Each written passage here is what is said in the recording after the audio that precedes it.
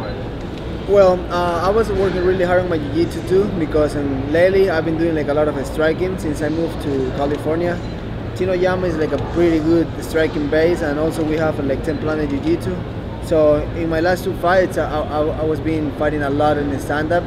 So I knew it, like not me, my coaches knew that this guy is going to be trying to put me down. So I was just trying to keep the fight in stand-up, but he's a strong grappler. So as soon as he put me in that position, I grabbed the Kimura, and I feel I almost got it when I moved him, but he have good grappling. And then when he finally put me down, you know, he made the basic mistake. He let his arms on the way, so I just go for it. We always drill like over and over, so, and I feel I'm getting better in every fight. And I'll be on Monday on the gym just looking at the fight and see what I can better. Like I really want to get up to the top, and I want to give to my country a champion someday. So I'm working on that. You fought two Brits in the UK, Mexican in Mexico, and then you fought Brian Kelleher in Holland.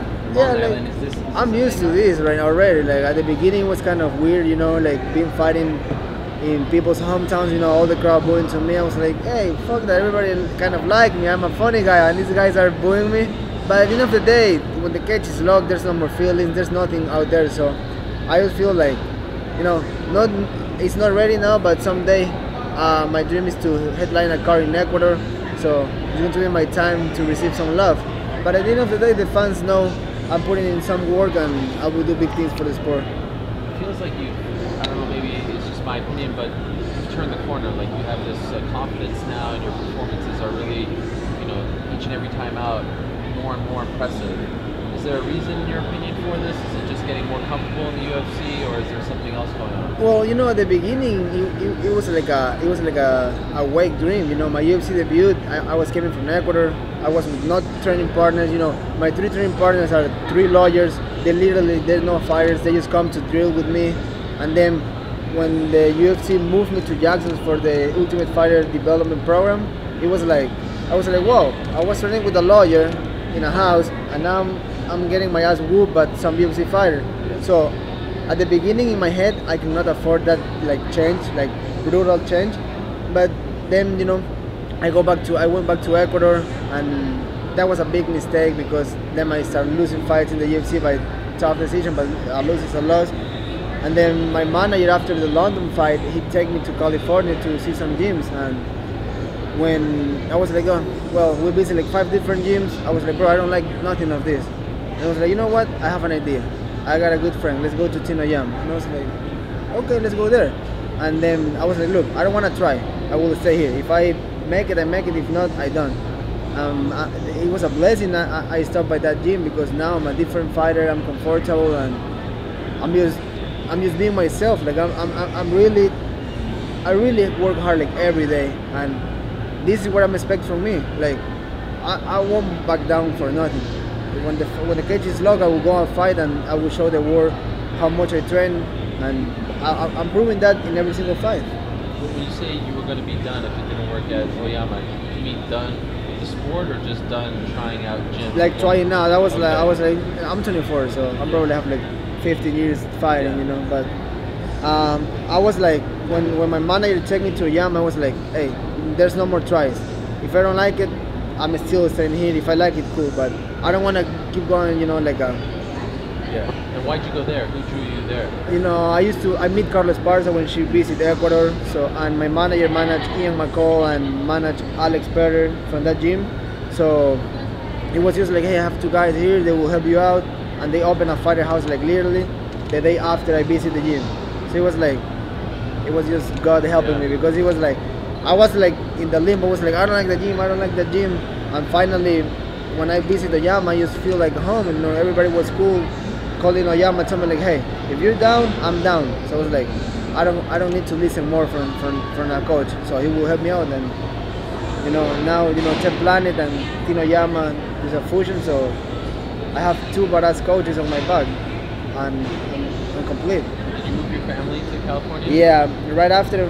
So I came to California right after my London fight. That was like March 2015, and I stayed the whole year in California by myself. Wow. So I tell my wife, look, It's going to be tough. You will hate this, but let me fight the fight. Let me win the fight, and then I bring you. And after 8 months of training, don't stop, just getting better because I was a hard worker with low level because where I was before.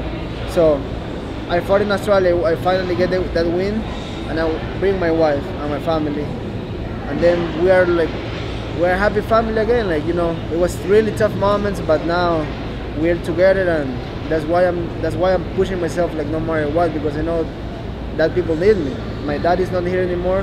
Her mom is not here anymore. So there's no house we can go eat on Sundays when we don't have money. So it's like I gotta work hard now for providing my family, and that's what I was expecting from me today, provide for my family. How's your daughter doing? My daughter is fine. Like, she won't, like, it's hard to say, she won't die for this. Like, it's just a surgery. Like, it's going to make her smile. So that's more like personal. Yeah. Like when I see my other kid, Nacho, he's like all crazy and smiling. I'm like, you know what? I want your daughter doing that too. But at the end of the day, it's something is like stupidly expensive. And when I get a big amount of money, I will buy a house first, because pay rent in California is no joke. Okay. But when I make money, the first thing I will invest is my own house. It's a place my family is going to be good no matter what. And after that, I will try to get the surgery. Like, nothing happens if I don't marry. It's just like a personal thing that I want to see my daughter smile. And I'm sure she wants that as well, right? She's a really happy kid. Like, we make everything for make her happy, and she looks really happy. It's about me and my wife. Like, it's something on my own. Like, I want to make it. Like, I want a title in the UFC, and I want to see her smile.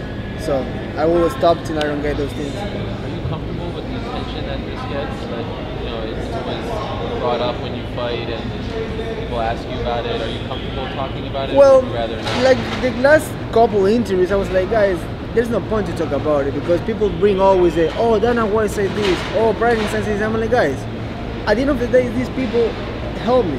Like, Dana White helped me. He brought my family to Vegas after the Ultimate Fighter in 2014. They make research on my daughter, so he spent some money on me.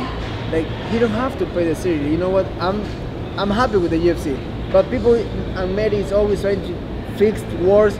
So they put it in my mouth. Like, oh, Chito better say fuck him. And it's like, that's not the case. I don't want to lose my job, and he helped me before. And then people will say, what about Brian Stan? I'm like, guys, if he don't make it in that day, he probably make it later.